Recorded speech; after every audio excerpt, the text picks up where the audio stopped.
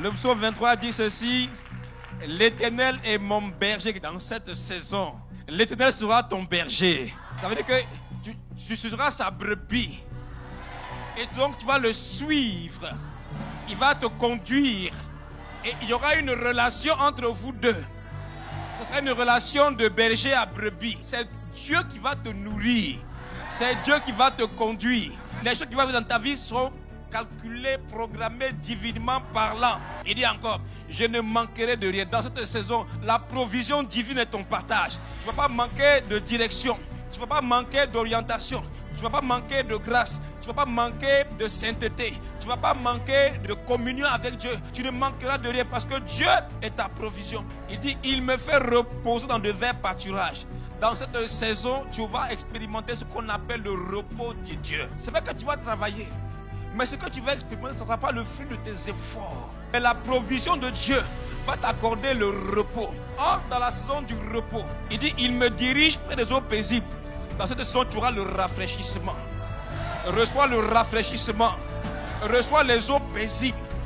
Tu ne vas pas boire des eaux tumultueuses. Dieu va t'épargner des eaux amères, de maras, de l'amertume. Premièrement, Dieu est ton berger. La relation entre Dieu et toi, c'est une relation de brebis à berger. Deuxièmement, tu as la provision de Dieu. Il t'accorde le repos. Il te donne des eaux paisibles. Il restaure mon âme. Ça veut dire, toutes les blessures intérieures, les frustrations, Dieu te rétablit. Dieu te restaure. Dieu te guérit. Des frustrations, Dieu t'immunise des frustrations. Ça ne veut pas dire qu'il n'y aura pas d'occasion d'être frustré. Mais ce qui te frustrait auparavant, Dieu te donne la restauration de ces choses. Il me conduit dans les sentiers de la justice. Ah, Dieu va te conduire, il va t'orienter. Il va te diriger dans les sentiers justes. Reçois le GPS du Saint-Esprit. Dans cette saison, le Saint-Esprit guide tes pas. Il t'oriente. Il dit: il me dirige près des eaux paisibles. Il restaure mon âme. Il me conduit dans les sentiers de la justice à cause de son nom. Ça veut dire que dans cette saison, Dieu ne va pas te traiter par rapport à toi, il va te traiter par rapport à lui-même. Tu vas traiter avec toi à cause de son nom. Et comme son nom est grand, tu vas exprimer de la grandeur. Ça veut dire, il ne va pas regarder ton intelligence, ta sagesse, ton compte en banque, ta famille, le nom que tu as. Non, il va regarder son grand nom. À cause de son grand nom, il va t'ouvrir des portes inouïes. Alléluia. Quand je marche dans la vallée de l'ombre de la mort, c'est-à-dire, quand même l'adversité va arriver, tu vas avoir la victoire. Tu vas te faire passer par des épreuves, pas pour te détruire, pour t'amener à un niveau supérieur. Dans ce temps-là qui arrive, les épreuves auxquelles tu seras confronté, les défis, les challenges, tu vas les surmonter à une mention. Il dit: quand je marche dans la vallée de l'ombre de la mort, je ne crains aucun mal. C'est-à-dire, dans cette saison, Dieu va te protéger. Tu vas expérimenter la protection divine.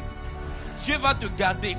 Dieu protège ta vie, Dieu protège ta maison des accidents, des plans diaboliques contre ta vie, des mesquineries, des coups bas, des critiques et des calomnies. Dieu te donne, Dieu te protège, Dieu te garde.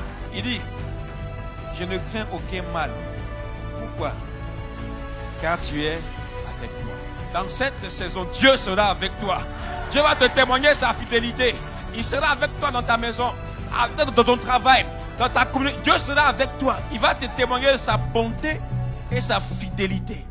Il dit: ta houlette et ton bâton me rassurent. Dans cette saison, Dieu va te discipliner. Tu ne vas plus aller ça et là. Quand tu... Non, il va t'arrêter. Il dit: tu dresses devant moi une table en face de mes adversaires. Ça veut dire, tu seras encore plus en sécurité en face des adversaires. En fait, tu vas manger devant ceux qui te font la guerre. Tu vas festoyer pas devant tes amis, mais devant tes ennemis. Ils vont rester là, ils vont constater, ils t'ont critiqué. Ils ont dit que toi, tu ne vas jamais te marier. Tu vas venir comme ça un matin, leur montrer la carte d'invitation pour dire. Ça veut dire que ton succès et ta réussite sera en face de ceux qui te font la guerre. Et il continue pour dire: tu oins d'huile ma tête. En fait, quand on oint d'huile, c'est une forme de consécration pour entrer dans un sacerdoce. Ça veut dire que dans cette saison-là, Dieu veut que tu sois consacré. C'est-à-dire consacré dans des femmes d'affaires d'exception. Vous allez être consacré dans des hommes de Dieu de qualité, dans des chants d'exception. Reçois la consécration, reçois l'huile. L'huile. Il continue pour dire, et ma coupe déborde.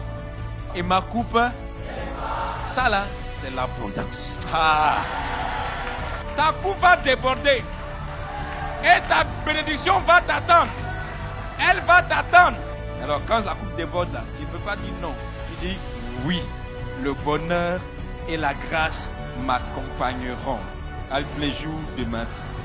Et il continue pour dire, et j'habiterai dans la maison de l'Éternel. Tu vas habiter dans la maison de ton Dieu. Tu vas habiter dans la maison du roi des rois. Parce que tu es roi, parce que tu es reine de l'Éternel. Et tu es béni, c'est la bénédiction de l'Éternel dans le nom de Jésus-Christ. Alléluia.